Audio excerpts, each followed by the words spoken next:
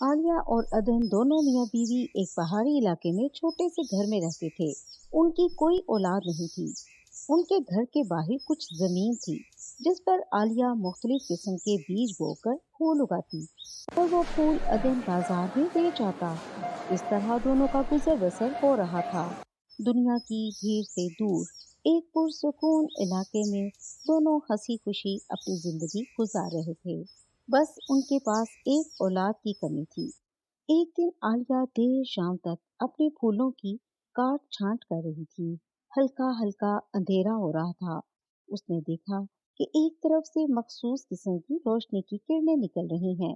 पास जाने पर उसने देखा कि एक गुलाब के बड़े से फूल पर एक नन्ही परी सो रही है, जो बहुत ही खूबसूरत है, बिल्कुल चांद जैसी। और उसके इर्द गिर्द से रोशनी निकल रही है। उसे अपनी आंखों पर यकीन नहीं आया।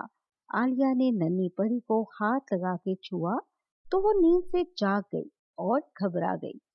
अरे डरो मत, मैं तुम्हें कुछ नहीं कहूंगी, लेकिन तुम कौन हो और कहाँ से आई हो? परी कुछ देर सोचने के बाद, मुझे नहीं पता, मुझे कुछ याद नहीं आ रहा कि मैं यहाँ कैसे आई।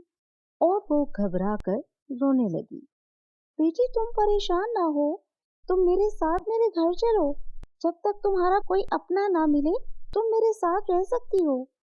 आलिया नन्ही परी को उठाकर अपने घर ले आती है। दोनों मियाँ बीवी इस नन्ही परी से बहुत ज्यादा खुश थे।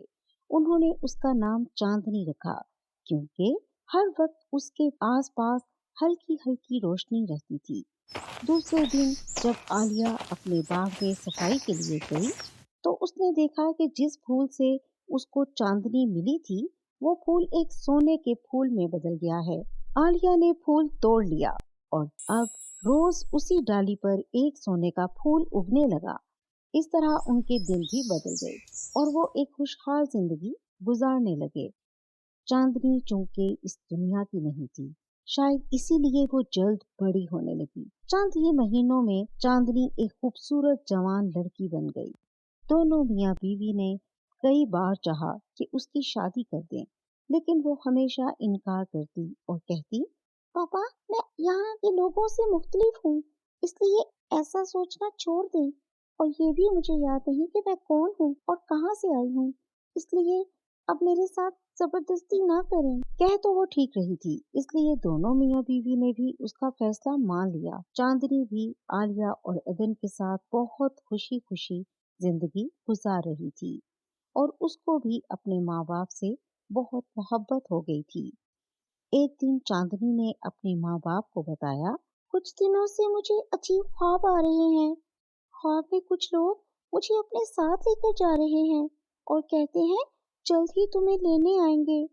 लेकिन रात में जब ख्वाब आया तो उन्होंने बताया कि ठीक 5 दिन बाद वो उसी वक्त मुझे यहाँ से लेकर चले जाएंगे। ये सुनकर दोनों मियाँ बीवी परेशान हो गए। ये कौन लोग हैं और वो क्यों लेकर जाना चाहते हैं? दूसरी तरफ चांदनी को भी फिक्र रहने लगी कि क्यों मुझे ऐसे ख्वाब आते हैं, लेकिन इसका कोई हल ना निकाल सके। और आखिरकार वो रात आ ही गई।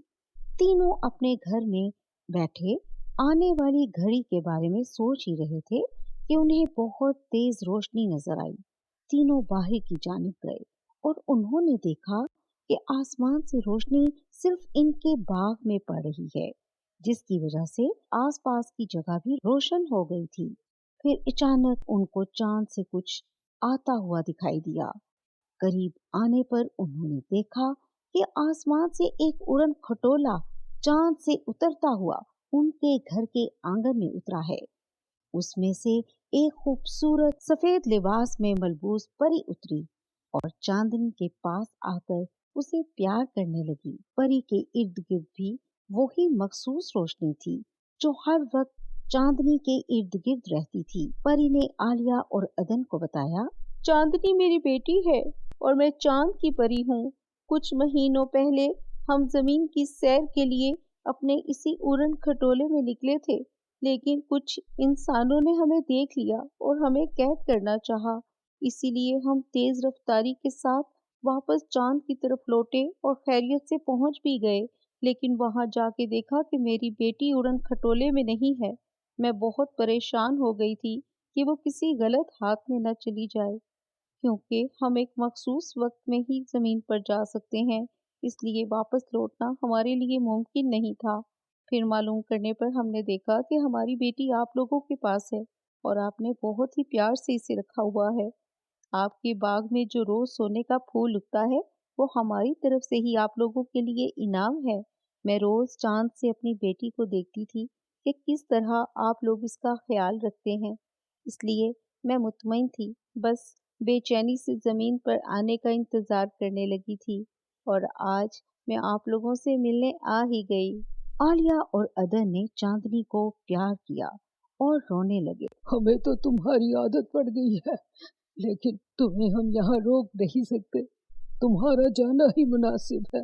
ہاں بیٹا، پتہ نہیں اب ہم تمہارے بغیر کیسے رہیں گے۔ آپ لوگ فکر نہ کریں، جب ہمارا زمین پر آنے کا وقت ہوگا میں ضرور آپ دونوں سے ملنے آیا کروں گی، اور پھر روز میں چاند سے آپ لوگوں کو دیکھ بھی تو سکتی ہوں۔ آپ کو بھی جب میری یاد آئے تو آپ بھی چاند کو دیکھ لیجیے گا۔